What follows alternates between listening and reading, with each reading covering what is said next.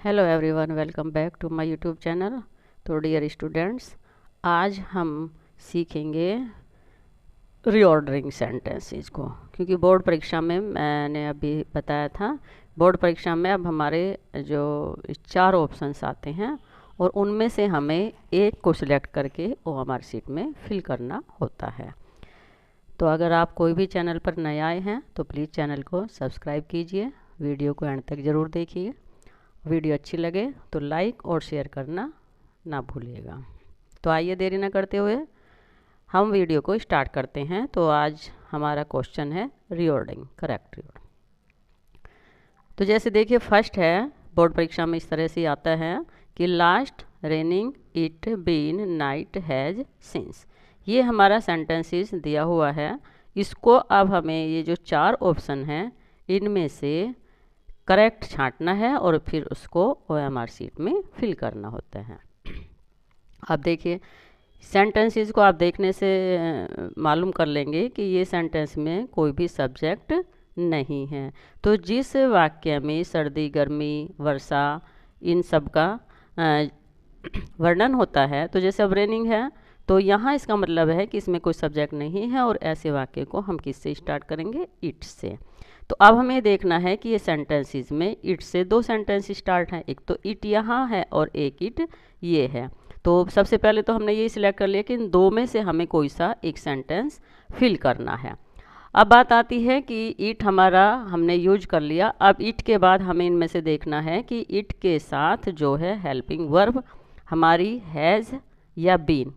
तो सिंपल सी बात है कि इट के साथ हेल्पिंग वर्ब हैज़ आएगी, बीन नहीं आएगा।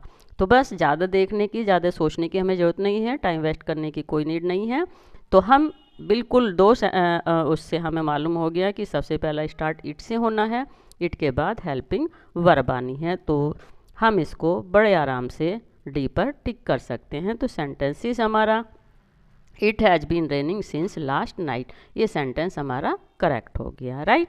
Next sentence, great we have should parents our for respect. अब इसमें देखिए, हमें कहाँ से इसको स्टार्ट करना है? सब्जेक्ट से। तो सब्जेक्ट हमारा क्या है? वी। तो वी हमारा कौन से में? डी सेंटेंसेस में हमारा वी है। यहाँ पर किसी में वी नहीं है, तो ज़्यादा सोचने की, ज़्यादा टाइम वेस्ट करने की बोर्ड परीक्षा में नीड नहीं है। तो सिंपल सेंटेंस हम सब्जेक्ट्स और हेल्पिंग वर्ब सिर्फ 2 से हम पता लगा सकते हैं कि हमारा सब्जेक्ट वी और इसके बाद क्या है? शुड है। तो डी सेंटेंस हमारा करेक्ट हो जाएगा कि we should have great respect for our parents, right. अब नेक्स्ट सेंटेंस देखिए। नेक्स्ट सेंटेंस है हमारा behaviour got I his at angry. अब यहाँ पर भी हमें क्या देखना है? यहाँ पर भी हमें सब्जेक्ट देखना है। तो सब्जेक्ट हमारा यहाँ पर क्या है? आई, ठीक है। आई हमारा 2 में है। यहाँ तो 2 को तो देखने की कोई नीड ही नहीं है, तो हमें इनमें से 2 में से सिलेक्ट करना है। अब 2 में से ही सिलेक्ट करने का फिर वही है कि आई के बाद हमें क्या देखना है? हेल्पिंग वर्ब देखनी है या मेन वर्ब देखनी है। तो आई गोट ये वर्ब है और एंग्री जो है वर्ब नहीं है। तो सिंपल बात है, 2 अक्षर को देखकर ही पता लगा लेंगे कि ये हमारा सेंटेंस इज करेक्ट, राइट। तो I got angry at his behaviour, ये सेंटेंस इज हमारा correct. Next, work their done will they have why not. तो अब देखिए, इसमें हमें क्या देखना है? इसमें वाई चूँकि आया हुआ है, क्वेश्चन वर्ड है, तो सबसे पहले हमें यही चूज करना है कि क्वेश्चन वर्ड किस में आया हुआ है। अब यहाँ पर क्वेश्चन वर्ड चूँकि सभी सेंटेंसेस में आया हुआ है, ठीक है। अब इसके बाद क्योंकि सभी सेंटेंसेस में वाई आया हुआ है, तो अब हमें आगे क्या करना है? हमें आगे देखना है कि वाई के बाद हेल्पिंग वर्ब किस सेंटेंसेस में है। तो देखिए, यहाँ पर वाई विल है और यहाँ पर वाई हैव है। तो वाई के बाद विल जो है ये हमारी हेल्पिंग वर्ब हो गई। तो वाई विल और इसके बाद क्या होता है? Question word plus helping verb plus subject. यही रूल है ना हमारे सेंटेंसेस का। तो ये हमने देख लिया कि इसी सेंटेंसेस में, यानी कि सेंटेंसेस बी जो है हमारा करेक्ट आंसर है। तो ये हमारा why will they not have done their work, right. Next है was born I where the palace is this. तो इसमें वेयर जोड़ दिया गया है, यानी कि इसका सेंटेंसेस का अर्थ होता है कि यह वही स्थान है जहाँ पर मैं पैदा हुआ था। तो कंपाउंड सेंटेंस में ले लिया इसको। तो इसके लिए हमें क्या करना है, इसके लिए हमें सबसे पहले देखना है, क्योंकि क्वेश्चन हमें नहीं लगाना, तो दो क्वेश्चन तो हमारे यही हो गए, वेयर वेयर हो गए, वेयर से हमको इसका स्टार्ट नहीं करना है। क्यों? क्योंकि इसके बाद हमारे इंटरोगेटिव मार्क भी नहीं है। दूसरा ये है कि अगर इसके बाद इंटरोगेटिव मार्क होता तब हम इसको वेयर से स्टार्ट करते, बट यहाँ पर चूंकि इंटरोगेटिव मार्क नहीं है तो इनमें से जो हमारा करेक्ट आंसर है वो इंटरोगेटिव भी नहीं हो सकता। तो वेयर और वेयर, यानी कि बी और डी तो हमारे आउट हो ही गए। अब हमें इसमें से क्या करना है, इन दो में से सिलेक्ट करना है। तो देखिए, दो में से सिलेक्ट करने के लिए अब इसमें द पैलेस आ गया और यहाँ पर है दिस इज़ द पैलेस।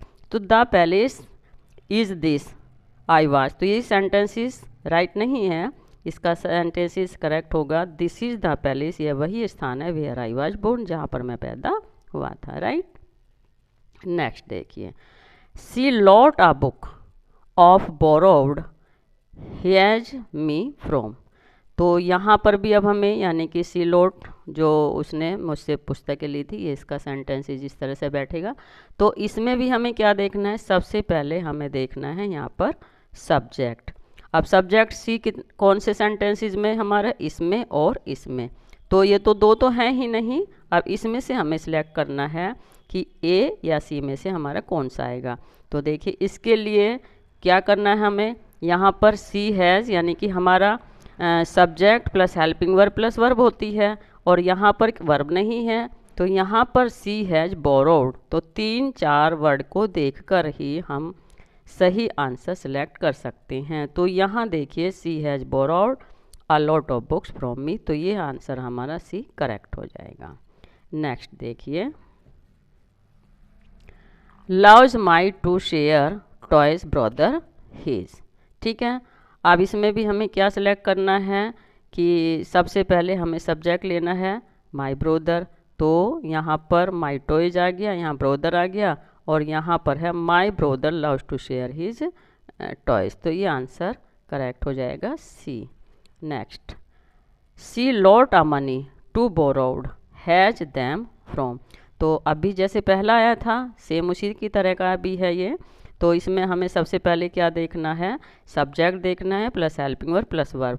तो यहाँ पर अगर हम देखें सब्जेक्ट सी तो है बट फ्रॉम आया हुआ है, और यहाँ पर हम देखें सी हैज़ बोरोड, क्योंकि 3-4 अक्षर देख के ही हमें सेंटेंसेस का राइट का मालूम हो जाता है। तो देखिए, इसमें हमारा करेक्ट आंसर क्या आ जाएगा, she has borrowed a lot of money from them. तो इस तरह से जो बोर्ड परीक्षा में या कोई भी कॉम्पिटिटिव एग्ज़ाम में आगे चलकर इस तरह के प्रश्न आने लगे हैं, तो हम उनको बड़े इजी वे से करेक्ट करके फिल कर सकते हैं। तो अगर आपको मेरी वीडियो अच्छी लगी हो तो प्लीज़ कमेंट करके ज़रूर बताइएगा, कोई कमी है तो वो भी बताइएगा, जिससे कि हम उसको दूर कर सकें। So thank you for watching my video.